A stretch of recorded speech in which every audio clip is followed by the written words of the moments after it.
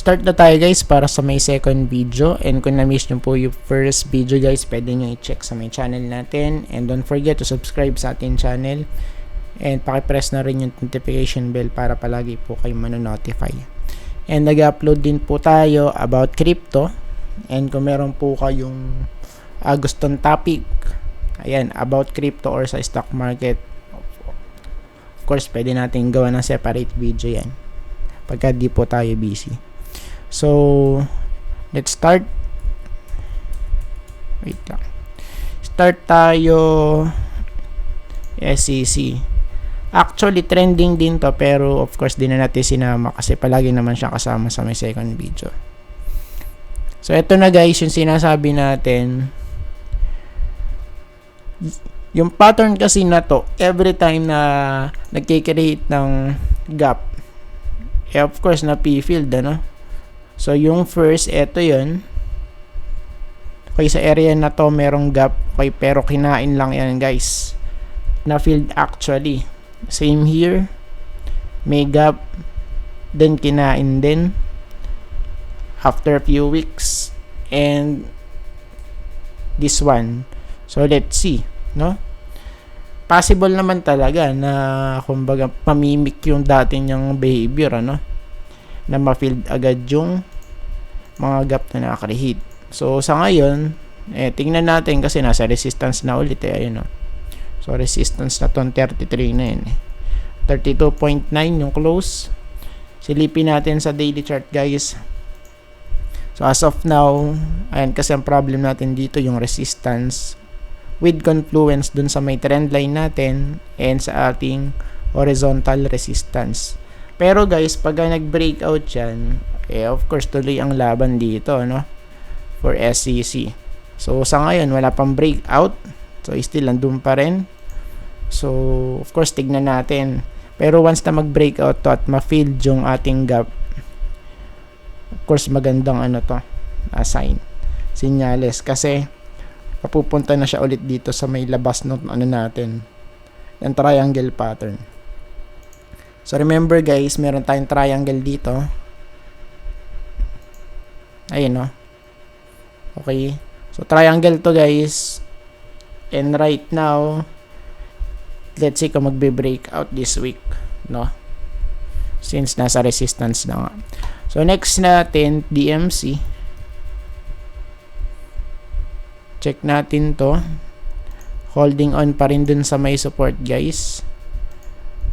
Too close. Ayan, pero kung di man mag-hold dyan, possible malaglag nga dito sa may trend line natin. So, of course, malapit yan sa 10.7, guys. Bakit dun? So, sa part kasi na to, meron din tayong support dito sa horizontal. Ayan, kaya of course, kung hindi man yan mag-hold, of course, mas magandang opportunity dito sa area na to. If ever man na malaglag, ano. Then, sa daily chart, ayan, so medyo namumula na nga. Ayan, no?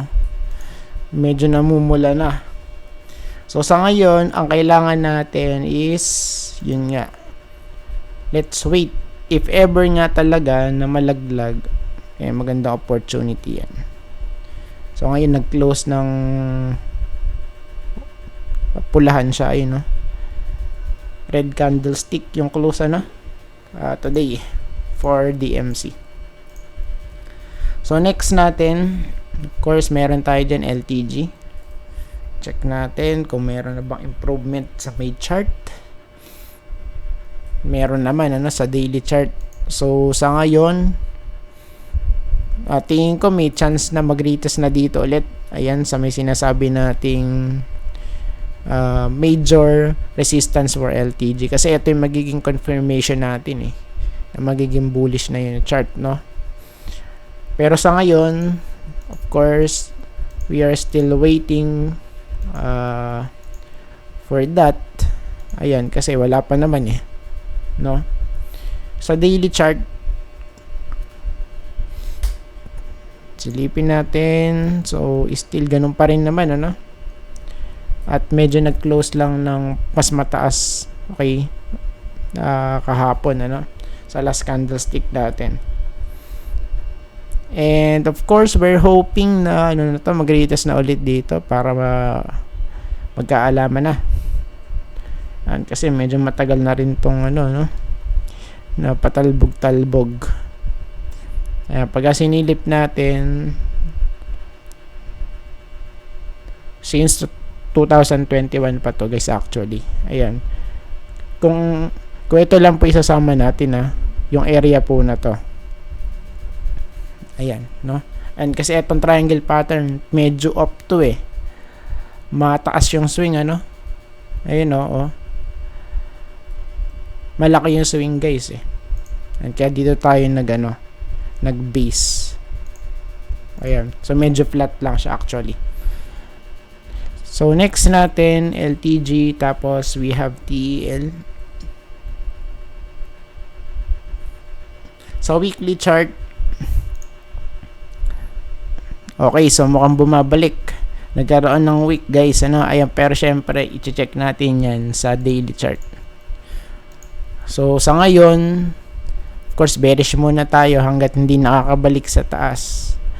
Medyo red flag kasi yung mga ganitong setup hindi nag-hold Sana lang kung nag-hold solid dyan ayan. Pero yun kasi ang reality, hindi nag-hold. And tingnan natin if ever naman na mag-retest. So dapat pagka nag-retest makabalik sa taas. Pero kung hindi makakabalik red flag yun ayan. Sa ngayon tingnan natin, medyo palaban pa rin naman. So I think pagka nag-rally ito hanggang dito nasa 1,450 and yun so pagka na-reject dito at hindi bumalik sa taas, bearish.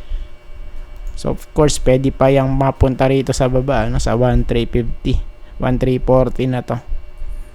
Ayan. So let's see guys for TL ko ano mangyayari Next natin ALI. Check. Ayan. So sa ngayon medyo nag-rally. Okay, of course bounce yan na mako-consider. And yung target natin somewhere here sa 35. And kasi ito yung ating resistance dito Pero still, kung titingnan natin yung mga previous movement niya, so parang typical lang din naman Ayan, kasi before eto ayan so meron ding mga mahabang green candlestick before ayan, pero tignan pa rin natin so just in case lang na mag-hold na dyan goods yun, of course. Ayan, so goods. So for me, yung structure is still the same pa rin. Kahit mag-rally dito yan sa may 35, of course mag-retest, still lower highs. Okay, lower highs and lower lows. So unless na lang kung talagang bumalik dito sa taas, okay, above 36 at least. Ayan. So medyo mababago yung natin dito, yung structure guys So sa ngayon, so typical lang to bounce play guys for ALI. And I think tapos na po tayo at maraming salamat po sa panonood. See you po sa next video. Bye bye and God bless.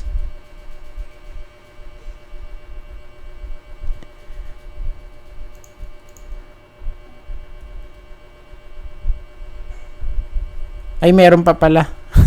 sorry. So, may globe pa pala guys. Sorry